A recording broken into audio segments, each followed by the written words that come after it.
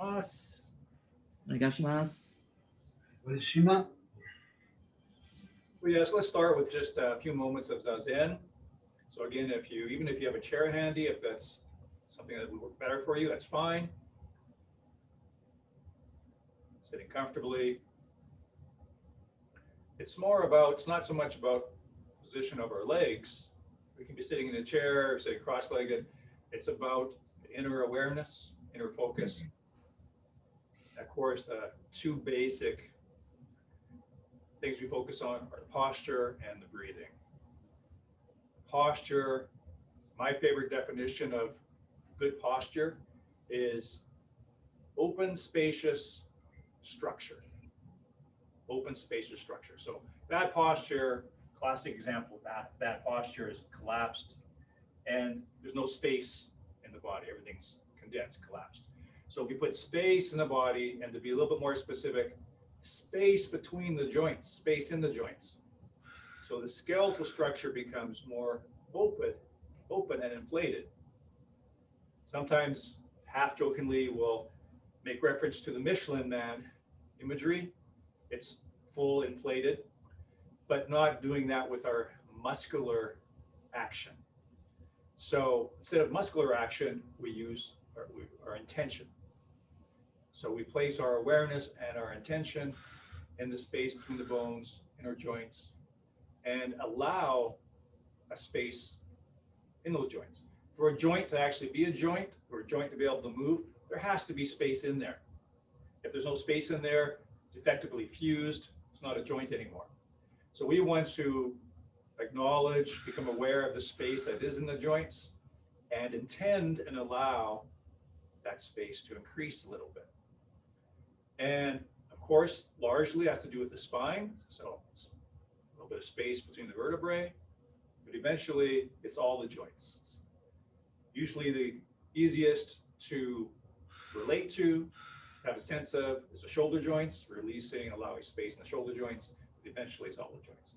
So in particular, in a seated posture, we want to really focus on the spine. So if I simply said, allow space in the spine, space between the vertebrae, that will go a long way to getting the shape that we want.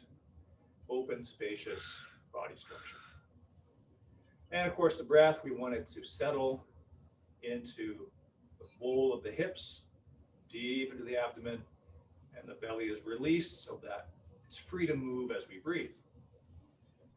So turning our attention inward, allowing space in the structure, allowing the breath to settle and deepen in our core.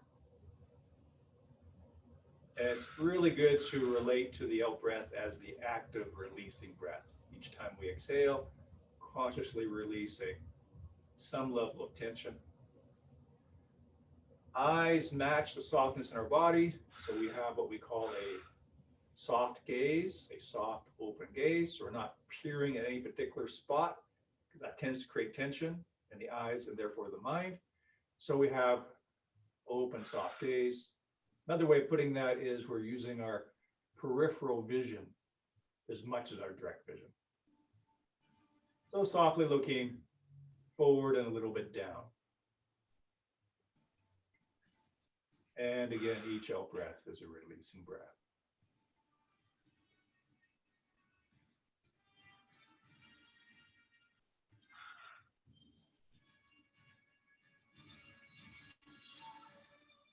Good, and let's come into a little bit of movement. Notice the spine move, notice the shoulders move. And take your time to come up. And we've been talking quite a bit lately about using the ground, the support of the ground, to push ourselves up. Rather than hiking ourselves up and pulling ourselves away from the earth, we actually settle into the ground, give the weight completely over to the ground, let the ground push us up. And then maintain that support from the ground into our standing. And actually, the same process we did seated, of course, with the same thing, standing. Open, spacious body structure. So the spine is lengthened and opened because we're allowing space between the bones, between the vertebrae, and let that kind of generalize through your body, space in the shoulder joints, and every other joint you can have a sense of. eventually it will be all the joints globally. So globally, you become filled with emptiness, like a nicely filled balloon or that Michelin Man image. So you're nice and open and upright without muscularly holding yourself up and doing that with your muscles. So you imagine and feel no muscles involved. It's all about awareness and intention. And your shape, even our ready stance, it's not because we're holding ourselves there. The shape is created by intentional flow, the current of our intention. Another imagery we use a lot is hanging from the string. That actually comes from Tai Chi. This is, the head is suspended from above. That also keeps us nice and long and open. And we can kind of emphasize that by imagining we're hanging from an elastic like a Halloween skeleton. Again, that creates that alignment, allows us to enter the ground. And then when we go into movement, we just want to access that process for our movement, not just our sitting, not just our standing posture, but for movement. So as we hang out, staying nice and open, we press into the ground, shift the weight, press into the ground, turn the hips, rather than throwing our mass around, rather than muscularly doing that action, which ends up being in the upper body mainly. Hang out, stay open, press into the ground, shift the weight and turn the hips. So we're accessing natural forces instead of operating independently separate from natural forces, but using contracted muscles, these little tissues. We want to access a bigger system. Relaxed, open, enter the ground, let the ground support us and feed back into us. And we do often arm swings to also, besides all that aforementioned material, releasing, relaxing, letting go. Tension is very, of course, habitual and unconscious. So arm swings are very good over time to release deeper and deeper levels of tension. Of course, shoulders are a big culprit. So letting those shoulder joints release and open. Just let the weight of the arms and hands gently coax, gently pull those shoulders open a little bit.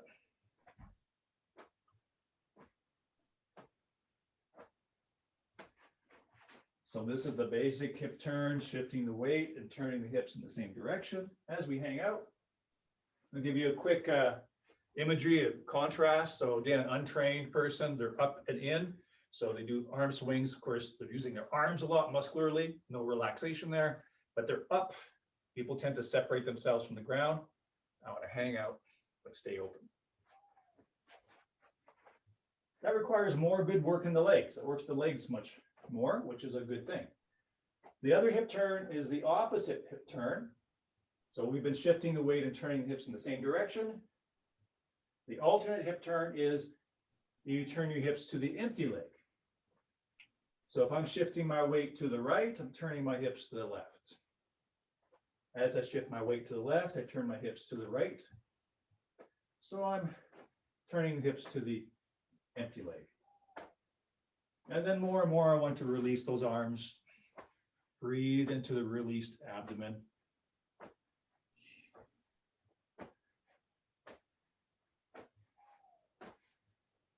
And we can take that into a vertical arm swing by having a stance. Again, it's another opportunity to not throw our mass around, but release the foot down the front leg, sends you back, releasing the back foot, pressing down the back leg, sends you forward. And just let those arms just be swung. So I'm not swinging my arms. The arms are being swung for me. How much can I release and let go in the arms and shoulders?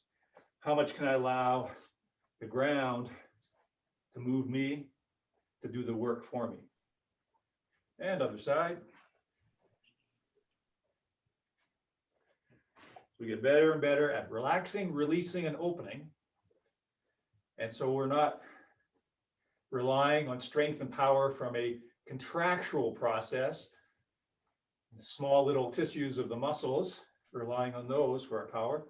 We're joining larger forces, opening to larger forces, to supply our power for us. So we're aligning with things, aligning with natural forces, joining with them, agreeing with them. And heels close, knees bent a little bit, hip circles. Start small if you're not feeling like you're warmed up yet. And as it feels okay, those circles can get larger and larger. Releasing the abdomen and back to center. Send your mind the other way, and the body follows. The mind leads the body. Intention leads the way. And sliding the hands down to the knees. And out of the way. And circling away from each other. And towards each other. And knees over one foot and back to the center, knees over the other foot, back.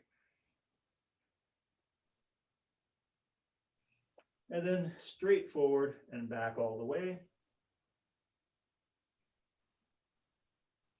Now to come up, we don't really want to come up using the lower back. So bend the knees forward, bring the hips forward, bring the hips under the body. Come forward. We'll do a few more of those. You send the hips back and the tailbone comes forward, rolling the spine up. So these are called spinal waves. Very, very good. Again, for those of us that are doing a lot of sitting. So hips go back. You imagine your tailbone is being pulled forward. Then one vertebrae at a time is pulled forward, right up to the neck, through the head.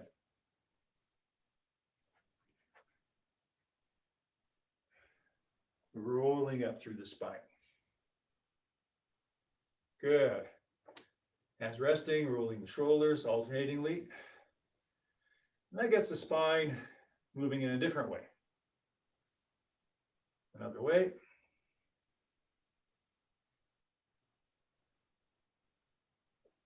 Good. Hanging out nice and straight. Let gravity take the weight of the head. So chin drops towards the chest. Let the head hang with gravity for a breath or two. And the mind brings the head back up. The mind leads the way. Release with gravity. Intention brings the head back up and releasing to the side, ear to the shoulder. Just letting gravity supply a natural, gentle stretch. Again, no muscular contraction. Breathe. The mind brings the head up. Other way. My lower back is straight and flat. My knees are bent. Intention brings the head up. And a little turn. Little turn. Good. Okay. Now, 7th Q program. Let's work on the Ukemi. So the Ukemi at this level, we're doing it from standing, but it's in essence the same as the previous program where we do a side break fall from kneeling. We just start the position from tachiwa, from standing. So a forward stance, you drop down, and right now I suggest you want to sit. Eventually you could do the side break fall from here if you wanted to. At some point you want to increase your skill level and do it from this higher level. But for now, it's totally fine to actually sit. This is what I call half seiza. You can go flat here too. It's a little easier on the ankle. And you want to set up. So just a reminder, one of the things to watch out for is people tend to kind of fall back at that back angle. So it becomes somewhere between a side break fall and a back break fall. This is Yoko Otoshi, so it's side. So if you have a line here right from your flank, or imagine a line, your torso should fall right on that line.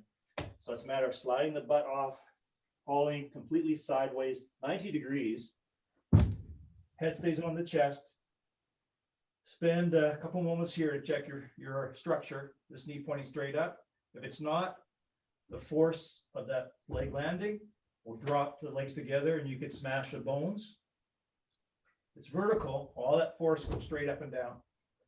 Again, chin tucked, even more accurate, head on the chest. So when you land with Of course, the problem with landing hard is the head snaps back. That can happen even if you're fairly well tucked. So if I illustrate that, if I'm going back, of course, problem is we don't want the head to snap back. Going sideways, we don't want the head to whiplash and snap and hit the ground. So tucking the chin, we often say that. Even better than that is having a sense of your head on your chest. Creates an even better alignment. So when there's force impact, it's almost as if your head is secured more on your body rather than being flipped away from your body. So head on the chest. So from a forward stance, I kneel down, sit down, set up, slide off. And we do that slap just as the body lands, just before, anywhere from 45 to 90 degrees. So try a few of those. Of course, work both sides. Let me know if you have any questions about any details in that.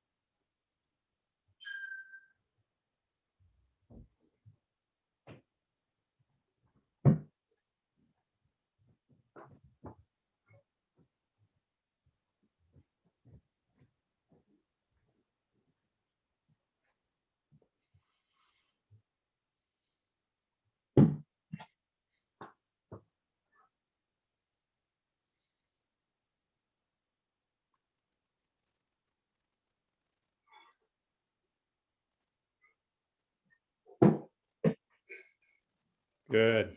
Okay. So again, let me know if you have any questions anywhere in there. So then Maya Toshi, Mai is front, Toshi is drop. Again, from Tachiwads, from standing. So effectively, it's going to be the same as the previous program where you do it from kneeling, because we're going to drop to our knees.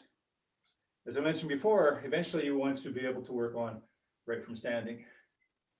But first you want to develop and train the proper body shape and body coordination, structure, so that you can take that impact.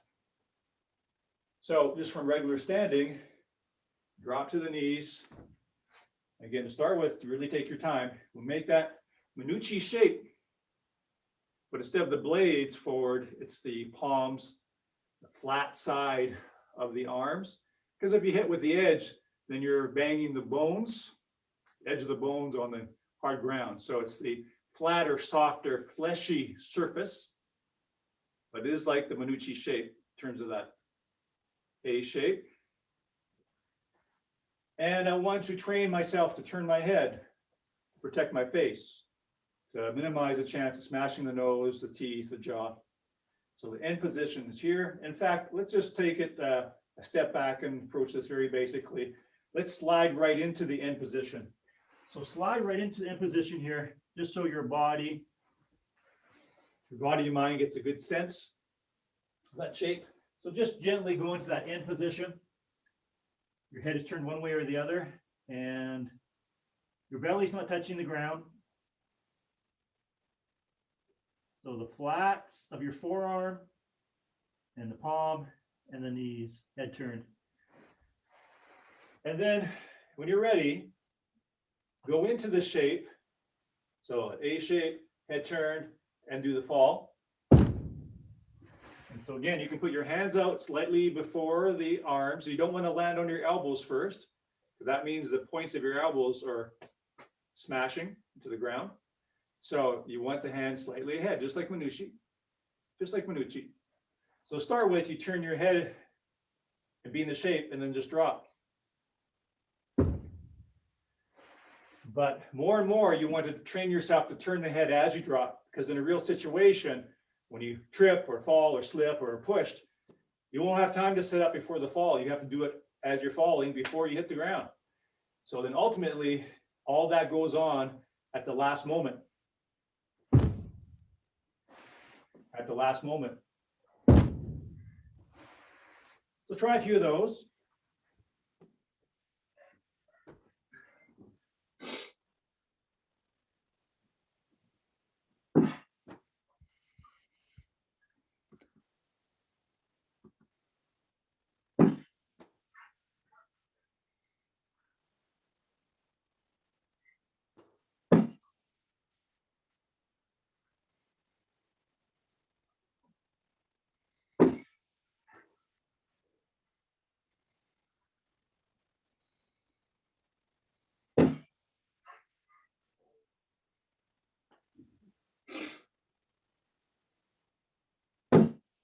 Okay. And then Chiko, Irumi Tenkan Chiko.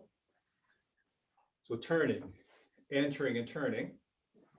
So I break that down. So again, we want to be swiveling from the hips. So we want to avoid coming up and down.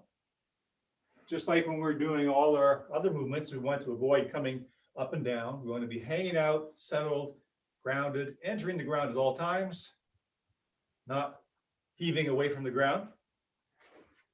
So we want to avoid hiking up, pulling up. And we just turn around a vertical axis. So we just swivel our hips and turn. Now in this case, we're going to be going in circles. So I mean, basic Chiko, we're just learning to just turn those hips, turn those hips, turn those hips. So we're moving from here, not our upper body. So Chiko is learning basic stuff like not coming from the upper body, coming from our base. And then also the coordination of the hand with the leg, hand and arm, leg and arm doing the same motion, they're connected. So now for the entering, we do an Irumi Tenkan. We do an Irumi Tenkan. So a helpful tip with this is when you're turning, you're on your kneecaps, you're on your knees. So I do a Chiko in, I Chiko in and turn on my knees. I Chiko in and turn on my knees. So knee in, knee back.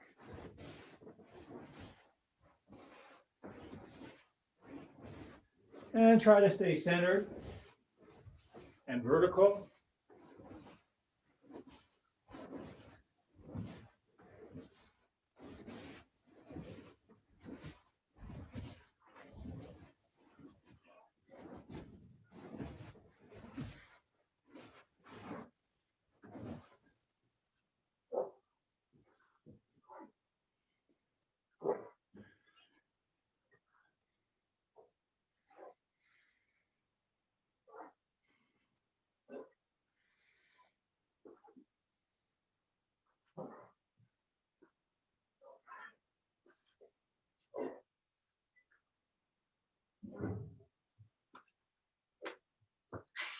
Okay, no one saw that. No one saw that. No. Oh.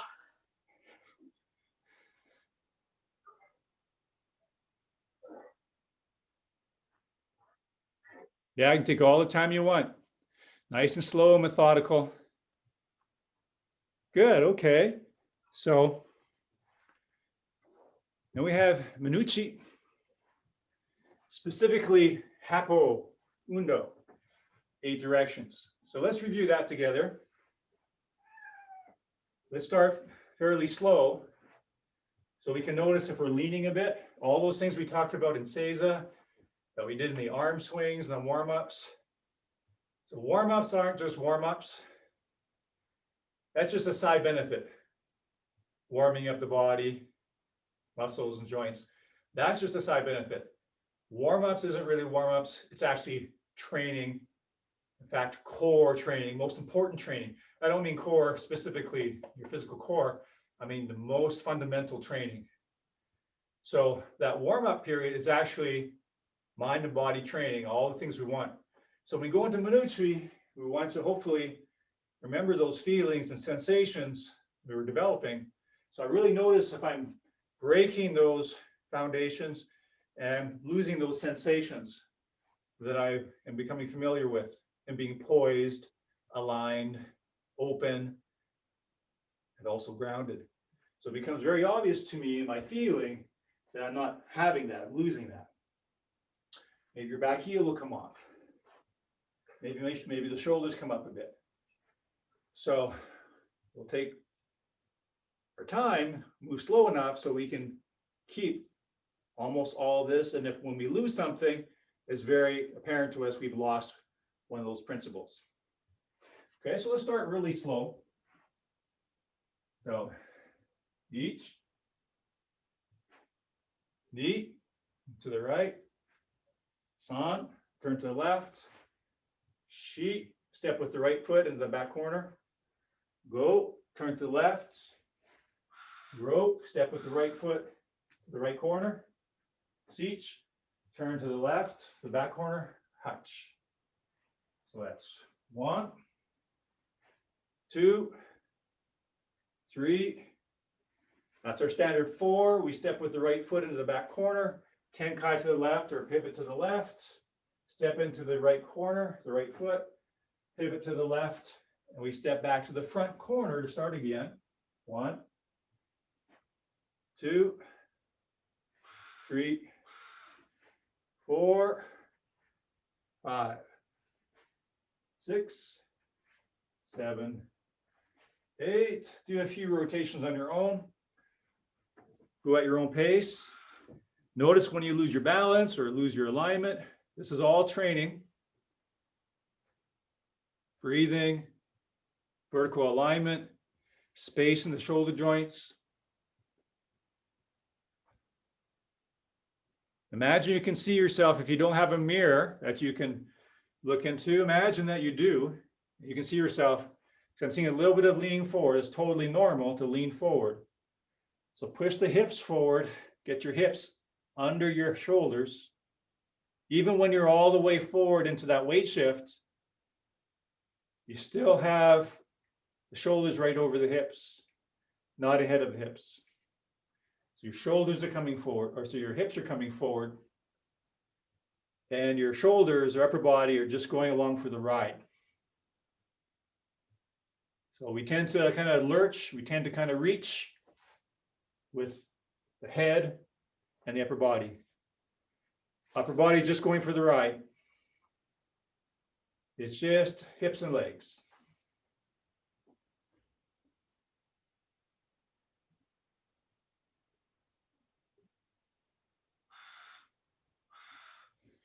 And the fingertips rotate up to the ceiling. So at the end of the Minuchi, your hand blades are forward and the sword tips are pointing towards the ceiling. So there's a rotation back with your thumbs. So the sword tips are pointing up, hand blade are pointing forward in that triangular shape.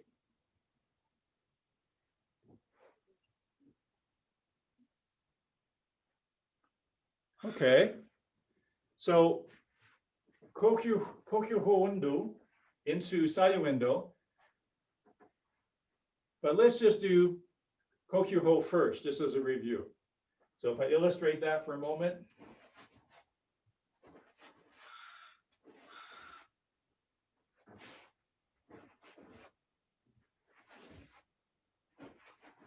Let's just make sure we're doing okay with that. Again, we want to watch that we're not lurching forward and lurching back.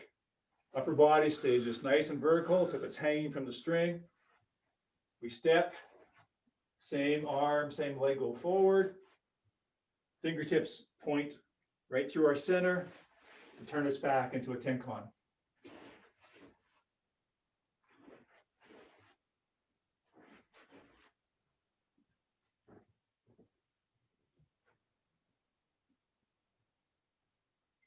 Yes.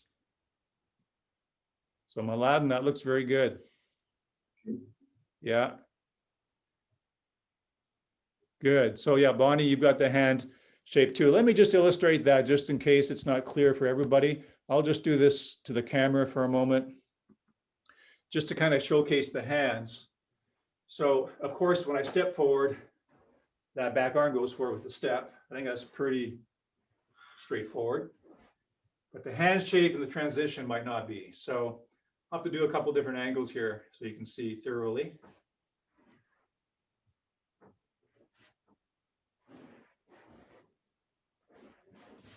So from here, that's pretty straightforward. Everything moving together. And then as I shift the weight into that leg and hip and turn on the ball of the foot, as I step and turn, that hand does something similar. So this might remind you of Tai no Henko, right? They're grabbing your wrist. They're grabbing your wrist here. So that is the same as Tai no Henko. The same shape as Tai no Henko there. Grabbing here. It's exactly the same shape. So as I step and turn on the ball of that foot, my arm is rounded. A nice, strong, rounded shape. That would be too bent, and now it's weak. That would be too straight. Small bone, weak. Everything gets locked up. Nicely rounded. Maybe reminds you of Minucci. Same shape. It's not quite locked straight, but it's also not quite bent. It's almost straight. It's as big as you can make it without locking your joints. It's actually the same shape as Minucci, but happens to be palm up. So when I step, this hand, now especially those of you that have been doing this for a little bit, this hand is active. It stays viable, active. Just like when we're talking about strikes, this other hand is not passive. It's just as active as the striking hand. This other hand here is just as active and viable, defensively or offensively, just as active. It's the same with this. This backhand and arm isn't dead. It's just as active. So when I come in, this is potentially here. When I come in, this is potentially here. Both hands are active.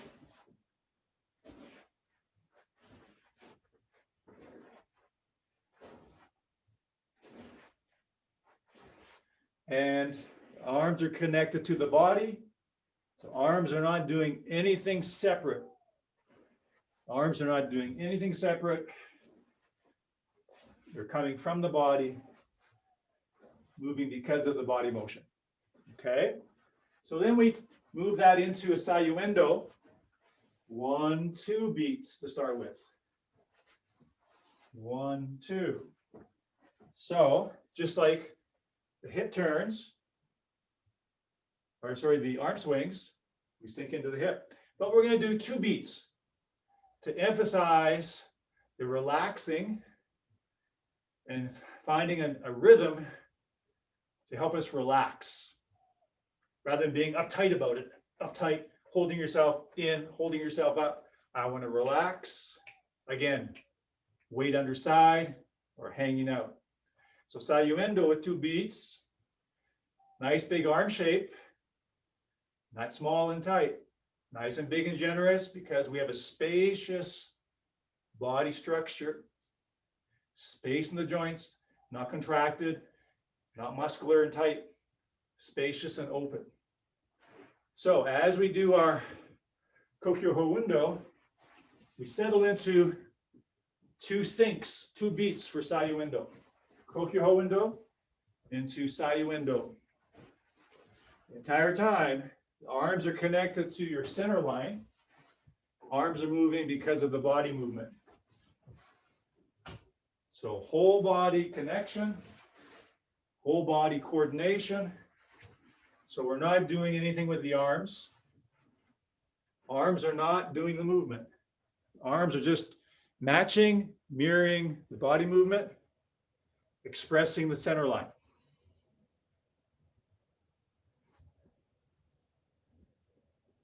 There's a lot of movement in that simple drill. So lots of good training for coordination, good connection.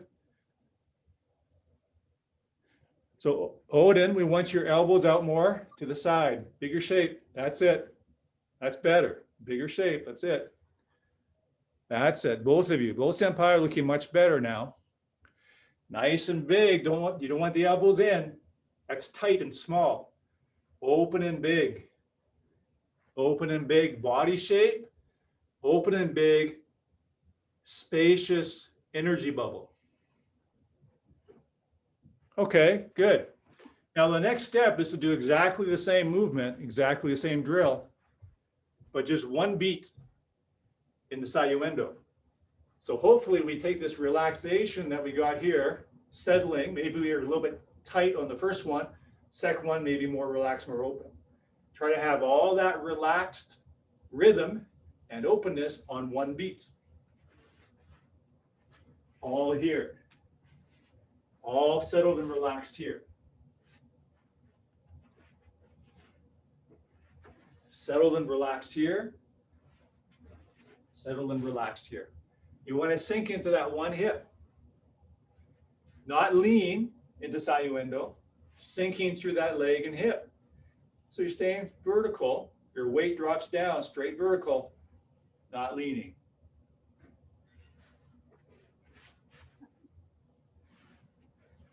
Keep the arms in front of the center line as you're transitioning. Arms stay in front of the center line until you slide into Sayuendo.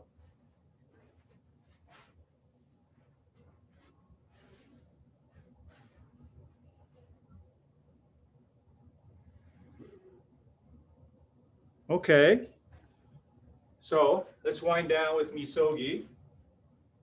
Again, aligned vertical structure, openness in the body, space in the joints, the spine. You should feel that makes you taller. And the shoulder joints are released and open. Mind and breath settle below the navel.